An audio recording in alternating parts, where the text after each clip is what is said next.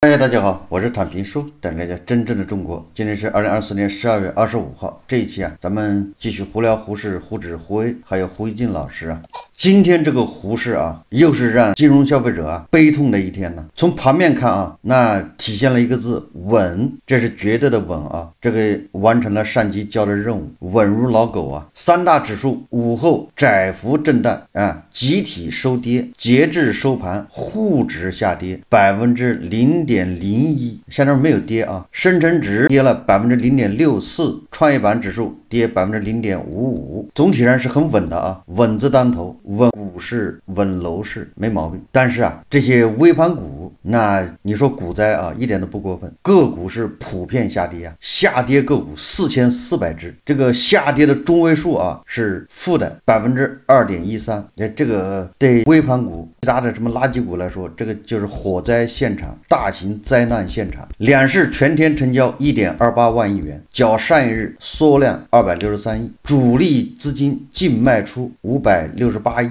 这个从盘面上看这个市场情绪极差，权重股疯狂的稳指数，可以说起到了这个稳定的这个压舱石的作用咱们不说压舱石吗？国之重器亏钱效应明显。指数没有变化指数马上就要到3400了，当然散户一个一个的在哀叫嚎叫。这一轮所谓的牛市确切的讲应该叫流动性牛市，因为它基本没有发生任何变化。流动性牛市什么意思呢？就是突然汇了一笔钱进来了，资金多了，所以你看这个11之后每天都是对吧？2万亿的成交，3万亿成交，以前都是4000亿、5000亿成交，都涨了4倍、5倍，所以它是流动性牛市。哪儿突然就来了这么多钱呢？不管怎么说，这里面有新股民的功劳，有00后、90后跑步进场，现在呢，他们正在交学费，正在学习老乡别走。我一直说这个一旦成交量跌到1.5万亿以下，那这个风险就越来越大。如果再过几个交易日跌到1万亿以下，那就可以宣告这轮反弹寿终正寝，也就是资金纷纷离场。知道这不是他玩的地方，你再讲什么故事，人家不来了，你们自己玩吧，对吧？你们自己去拉那个工行什么时候到1万亿以下，就是宣告本轮反弹结束。现在在1万5以下，对吧？今天只有12000多亿很快了今天这个金融股以工行、建行为首的这几大行又是对吧齐刷刷的再度创历史新高。这工行今年以来累计涨幅分别为55.48%，建行是45%，中行是47%，农行是涨了55%。工行总市值2.48万亿，超越中国移动，成为 A 股新的市值一哥，不负众望终于成了 A 股的老大。大家就知道为什么我说存工行。有很多人老是问为什么存工行，到这儿你就知道了。在中国如果工行都不能保证你，那你把钱搁哪儿能安全呢？搁床底下那容易发霉也容易被老鼠咬，也容易被贼惦记我记得去年这个时候也是这个微盘股股灾，对吧？就是靠这个银行股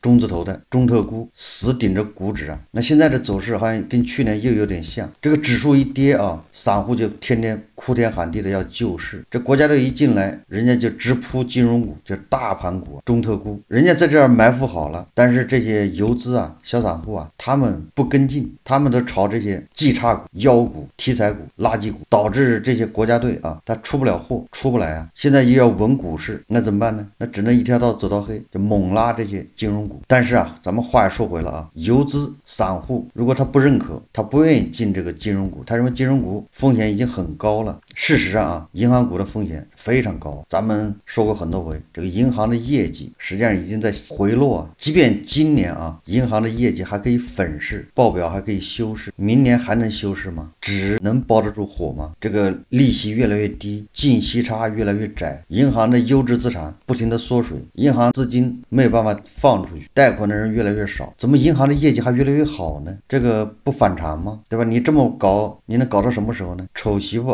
总得见公婆所以什么时候这个银行股露出原形的时候，恐怕这个胡适要创新低当然我这么说不是说应该炒那个绩差股、垃圾股，这不对在我看来，现在胡适没有投资价值，垃圾股没有投资价值，银行股呢风险非常大。美股人家有对吧？叫科技股七枝花，那个苹果、特斯拉、英伟达、谷歌，那个利润都是哗啦哗啦的，连年增长。咱们胡适呢有银行5枝花，中农工交建，就问你服不服？放贷的成了胡适主力，这怎么看怎么不靠谱。昨天收盘以后啊，这个财联社啊发了一个报道，叫中小投资者小炒差等行为的减少情况将纳入监管对会员单位的考察范围。说记者获悉啊，深交所近期启动了理性投资伴我行的专项工作，将作为当前和今后一个时期投资者教育服务工作重点，持续至2025年9月30日。相关工作情况将作为投教工作评估评价的重要依据。交易所将开展专项工作的投资者覆盖面、触达率以及相关过程情况，结合会员单位、客户，尤其是中小投资者炒小、炒差等行为，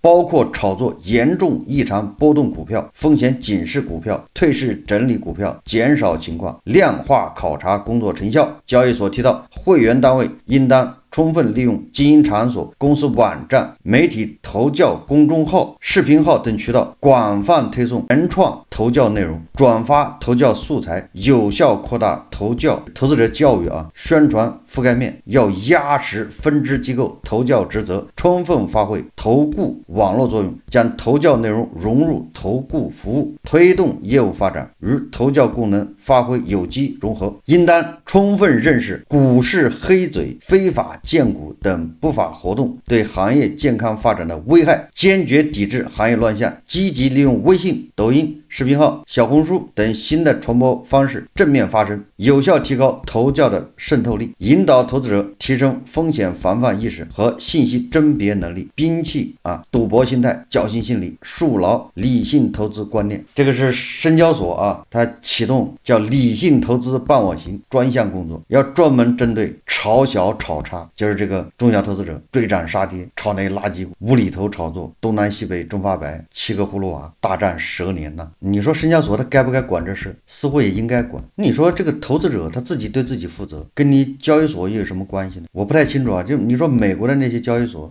他管这事吗？对吧？你愿意炒那些垃圾股，你被套，你赔钱，你活该。对吧？投资有风险，入市需谨慎呢。你教育最主要是对吧？这是该教育，但是你教育有用吗？都30多年过去了，与其你对吧苦口婆心的教育，你为什么就不能把这垃圾股给清退呢？明明知道这是绩差股、垃圾股，那应该把它清出这个市场不要让它在这祸害人，对吧？交易所要做的事情就把这些严监管，这些上市公司，对吧？你不符合规范，你在这个做假账、虚假陈述、讲故事，统统的把你赶出去。你看一遍又把这些狼放进羊群，一遍教育羊要注意风险，对吧？你要认识哪个是狼，对吧？哪个是你妈？你说这不是左右手互搏吗？对吧？这咱们一直说就是解决问题的人就是制造问题的，对吧？你把所有不合格的上市公司全部给他清退，全部让他退市，他想害人也害不了。你看一说有100多家要退市，这些散户又是哭天叫地的，一哭天叫地，这个监管部门他又投鼠忌器又开始说这个新 ST 都不一定退市，还有整改时间。看看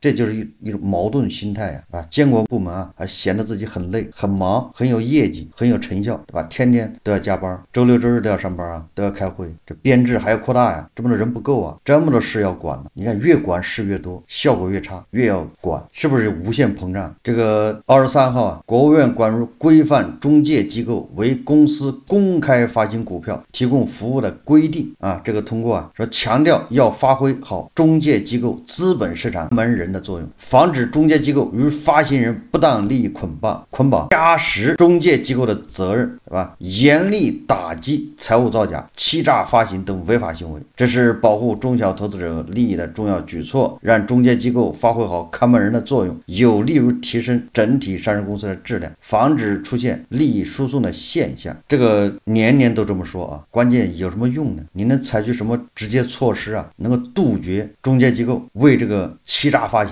虚假陈述、财务造假、保驾护航这么一个违法行为？他没有办法杜绝。本来这中介机构是哪些呢？一个是券商，一个是审计机构、会计师事务所还有一个就是律师事务所。本来这几个中介机构是交易所，是监管部门的左膀右臂，是这个资本市场的看门人。交易所他不能自己去一家公司的查，所以他就让这个券商，对吧？你去辅导，你去帮他，让这个审计机构、会计事务所，对吧？你来核实他的报表，让律师对吧？你就看看他违法不违法，他的权属不清晰。本来这个都是监管部门的左膀右臂，利，但为什么效果不好呢？有2个原因啊。第一个原因就是这些中介机构他拿谁的钱呢？拿人钱财替人消灾。那个刘继鹏都说了，他问中信证券那个老总，中信证券老总都不知道他的衣食父母是谁，人家说了我的衣食父母是上市公司，刘继鹏说你的衣食父母是股民。你看看券商对谁负责？本来只是他对中小投资者负责，结果他对上市公司负责，对吧？他认为他的衣食父母是上市公司，也没错啊，因为他的投顾的费用，对吧？他的所有的顾问的费用，那都是上市公司给他付啊，又不是中小投资者拿人钱财替人消灾。一样啊，律师事务所也一样，人家又不从你这个中小投资者拿钱，他凭什么帮你说话，对吧？这是第一个原因。只要是大股东上市公司给他钱，那当然他多多少少，对吧？他要听这些上市公司，你不听我换一家，总能找到听话的。你看，这就是为什么普华永道人家，对吧？国际上非常有名的4大会计师事务所，他到了中国，他就是龙的盘着，是虎的卧着，他的入乡随俗。第二个就是什么呢？第二个就是咱们监管，咱们这个风气，咱们的韭菜都有关系。就一旦查到了这家公司是欺诈上市，对吧？这家公司财务造假，他的会计师事务所，他的券商，他的律师事务所罚点钱就完了，就像什么事都没发生，没1罚3，把你的那个收的费用给你没收，然后再罚你3倍或者罚2倍，罚个几百万，对吧？然后你照常营业，对吧？你接着干活，这个是纵容，是默许。这就是为什么这些中介机构不当回事的原因。我被你抓住了，那我就交罚款呗。我交了罚款，我的客户不仅不会少，还会多，因为胡市里面大部分都是违法犯罪，都有这样那样的问题的。他们要找的券商，要找的会计师事务所，就是那种能扛事的，你一切按照要求来，按照标准来，按照什么财政部的会计准则，对吧？按照交易所的要求，证监会的要求来的，那人家不请啊，对吧？请了你，我这过不去啊，我要请那个能扛事的。哪些是能扛事的呢？就是被罚过的。他为了客户，他挨罚了。所以你看啊，很多会计师事务所、券商被罚了之后，一点都不影响他业务，他的客户多得很。而这个金融消费者呢，中小投资者他也糊涂。按理来说，对吧？你这家会计师事务所审计的上市公司，我不信，对吧？我不买。有几个金融消费者他有这个态度呢？他根本就不管这些，他就是听故事，对吧？你这公司有没有故事？是不是跟特朗普有关系，对吧？川大智胜，那管你做不做假账，买就对了。然后被套赔钱了，他在那哭爹喊娘的说人家做假账，对吧？金融消费者都是这种心态，你说资本市场怎么好得了？所以你看啊，政府一再要求这个中介机构做好资本市场看门人，那看门人跟狼是一伙的，对吧？狼进去吃羊，给看门人一个羊腿，那你说看门人他能不跟狼一波吗？对吧？他肯定得放这个狼进去啊，所以说没戏。这2天有个妖股啊，叫中百集团啊，这是新浪证券报道的啊。12月23号，中百集团盘中一度走出地天板，最终收跌 6.47%， 报 7.88 元每股。12月以来，中百集团股价走势跌宕起伏，累计已涨超 90%。其中12月2号到19号，中百集团14个交易日收获9个涨停板。今天又走了个地天板，早盘是跌停，收盘又是涨停，18天10个板，成交15亿。这是一只什么股票呢？怎么有这么大的魔力呢？中百集团呢？这是一家业绩连年亏损，它的股东啊，永辉超市是它的股东，现在已经清仓。中百集团5月29日全面部署中百仓储超市公司，参与潘东来帮扶调改学习项目的各项工作。就门店自主调改情况，中百集团称，公司组织专班参与同行门店调改学习，并于7月份启动自主调改实践。截至目前，说中百仓储、关山谷、光谷店8家大卖场已重新调改开业，结合门店情况，调改工作还将持续进行。中百之声12月19日文章透露，7到11月，中百超市调改店销售额同比提升超 20%， 来客数同比提升超 30%。截至目前，中百超市调改店已80家。你看看，这又扯到了潘东来，大家就知道潘东来是什么货色吧？他就去调改，靠这个赚钱，说明这个中国人幼稚到什么程度啊？就是资本市场，你说监管他怎么管？如果有一家上市公司，对吧？我要大量的资金先去买，或者其他的合作，然后再公布啊，潘东来入驻调改，股价就能涨10个涨停，就能翻1倍。你说为什么这么疯狂，对吧？你那么能调改，你为什么不去开分店呢？不能像山姆一样呢？不能像开市客那样的呢？你调改个什么玩意呢？还有一个啊，为什么说这个监管应该抓人呢？这个监管对这个行为它叫坐视不管，最终啊，好的这个中小投资者上当，那一边说保护中小投资者，一边又对这个现象坐视不理。这些所谓的上市公司接受潘东来调改的，必须要求他们在年报中出专项报告，就是你这调改店到底调改的业绩怎么样？因为上市公司啊，它是合并报表，所有的店在一起，那个报表估计是非常差的。然后他又坚称调改店涨了50%、80%，因为调改店是单店，他那个报表啊不需要审计，不是，就是他不需要经过审计才披露，他完全自己在这胡吹，算的时候算总账算到一起，你也搞不清楚，这是滥竽充数嘛？你不知道他调改业绩到底怎么样，然后他就说调改有效果，实际上就是为了炒股。所以说啊，监管如果真的要管的话，那就应该要求所有的这些上市公司啊，号称自己什么几个门店接受判断来调改的，你必须要出专项审计报告，把你这几个店调改了之后，利润业绩到底增长怎么样，同比环比，说来说去啊，就是合谋忽悠这些金融消费者，对吧？忽悠这些大傻子，监管不作为，等到这些散户赔钱了，维权哭爹喊娘，这时候监管跑出来了。再说说胡适啊，今年啊，为了稳住股市，确实暂停了 IPO， 就是 IPO 也不叫暂停啊，就是速度啊放慢了。2019年 A 股 IPO 融资啊2525亿，2020年是5869亿，2021年是5426亿，2022年是5863亿，这个20年、21年、22年都是5000多亿，将近6000亿 IPO 融资啊。23年股市不行了，创了新低，所以23年啊 IPO 放慢了。融资是3563亿，少了40%。2024年呢，截止到目前，融资是680亿，只有以前年份的10%几，少了80%。所以说，大家想一想，什么最迫切啊？是把虎市稳在3000多点，明年好开闸放水，就是加快 IPO 融资，这是真实的啊目的，就是把股市要稳在一个点位上，然后 IPO 啊要加快，要提高直接融资的比例嘛。一级市场已经扛不下去了，现在一级市场私募啊也越来越少了，大家可以去查一下啊，一级市场现在更多的都是国资，各个地方政府成立的，还有一些城投平台，对吧？成立的这种，你比如说深国投，山东也有，各个地方政府成立的这，它变成一级市场，他们就到处投那个芯片啊、高科技啊、创业啊等企业，投了之后需要这些企业在二级市场退出啊，它要上市啊，一上市，对吧？这些股权投资基金它就退出啊，现在退出不了，你2024年才680亿，所以说2025年它要恢复到5000多亿、6000亿，否则的话一级市场它就憋坏了，对吧？等着这些散户、中消费者把一级市场那些国资要解放出。我们再看看这胡锡进老师啊，我看网上有人说啊，胡锡进老师在那个百度啊那个访谈节目里面说他自己啊现在不亏损啊，说他盈利多少呢？不方便说，但是啊现在恐怕在盈亏的边缘吧？为什么呢？因为胡锡进老师啊似乎有那么一点人性的光辉啊，也就重新啊就放出光芒啊。这胡锡进老师啊，我看他今天发了一个非常长的微博，这个微博主要是胡锡进老师怎么跟肾结石做斗争啊，前前后后斗争了1个多月。胡锡进老师说他5月份下楼梯的时候啊不慎摔了一跤，说很重，摔在左后腰位置，之后疼了半年。胡锡进一直以为啊伤筋动骨100天，能忍就忍了，这中间忍不过去，还吃过芬必得镇痛。后来啊他们单位集体体检，他又错过了，然后他自费去体检，到10月份的时候啊他去体检，发现这个肾结石啊0.7厘米。胡锡进老师待遇还是不错的，退休了，你看看单位里还有体检。后来胡锡进老师就是跟这个结石啊做斗争，辗转反侧3、4个医院，好多专家。当然这个东西啊人跟人不一样，体质不一样。这个肾结石我知道，我见过，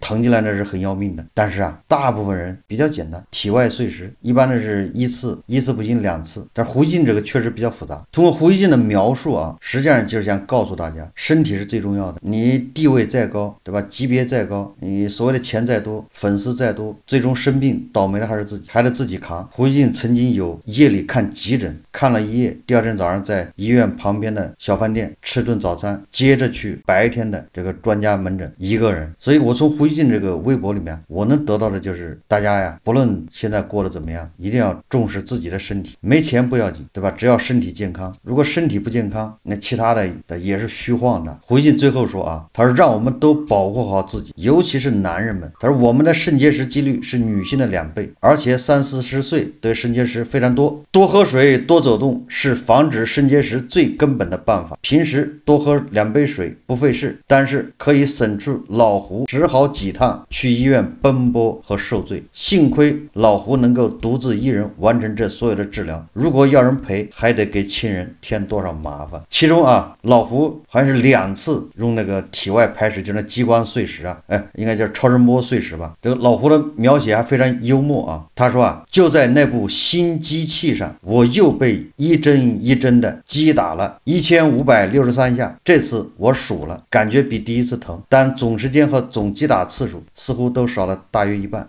1563次，胡锡进说他自己数了。这个我想起来也有个梗就是你要数1563次也不容易吧？这中间还能出错呢。胡锡进老师亲身体验了这个流沙河的沙僧的沙悟净卷帘大将的痛苦。这个卷帘大将被玉皇大帝好像每隔20分钟拿剑穿心一次。说这流沙河是7天一次嘛？胡锡进老师被针说击打了1563次，他还说他数了。胡锡进老师享受了卷帘大将的这个待遇胡锡进老师还发了一个微博他说今天一位朋友在三亚看到许多老外像是俄罗斯人，拍下来传给我，并说三亚的店里有许多俄语广告。朋友问，不是说俄军兵员缺得很厉害吗？怎么这些俄罗斯青壮年人还能来三亚悠哉悠哉呢？这胡锡进老师又犯坏了他是一个朋友给他发了三亚俄罗斯人很多，所以他就认为俄罗斯的兵员很充足，对吧？如果兵员不充足，那怎么可能还有人跑到三亚这儿旅游度假呢？这个是胡锡进老师故意的混淆视线，以部分事实替代全部事实。什么叫部分事实呢？就是胡锡进老师恐怕忘了圣彼得堡、莫斯科地区那些官宦子弟，对吧？就这俩地区地保老人还没有去征兵呢，或者征的很少，对吧？征了一些义务兵都在俄罗斯国内，也只有这俩地区人富裕有钱，他才跑到对吧大国去旅游，而且他别的地方去不了了，到处都是制裁，除了泰国就是大国三亚，这是他们首选的地方了。以前都不来这个三亚的以前主要是去欧美去这个泰国，现在主要是他们手上没有美元，有人民币，对吧？到大国来消费。在乌克兰战场上死的更多的都是俄罗斯的少数民族，对吧？黄种人、黄皮肤的，真正的俄罗斯族人也有但他们还是少数对吧？莫斯科、圣彼得堡那些富裕地区，那征兵征的更少，对吧？这些人到处浪荡，到处玩，能说明什么问题呢？对吧？你只能说明俄罗斯很腐败，那不能说明俄罗斯这个兵源充足看样子胡锡进老师这一跤还没有摔清醒。好，这期节目我们就聊到这里，感谢大家收看。如果喜欢我的节目，欢迎订阅转发，也可以在下方留言评论，谢谢大家。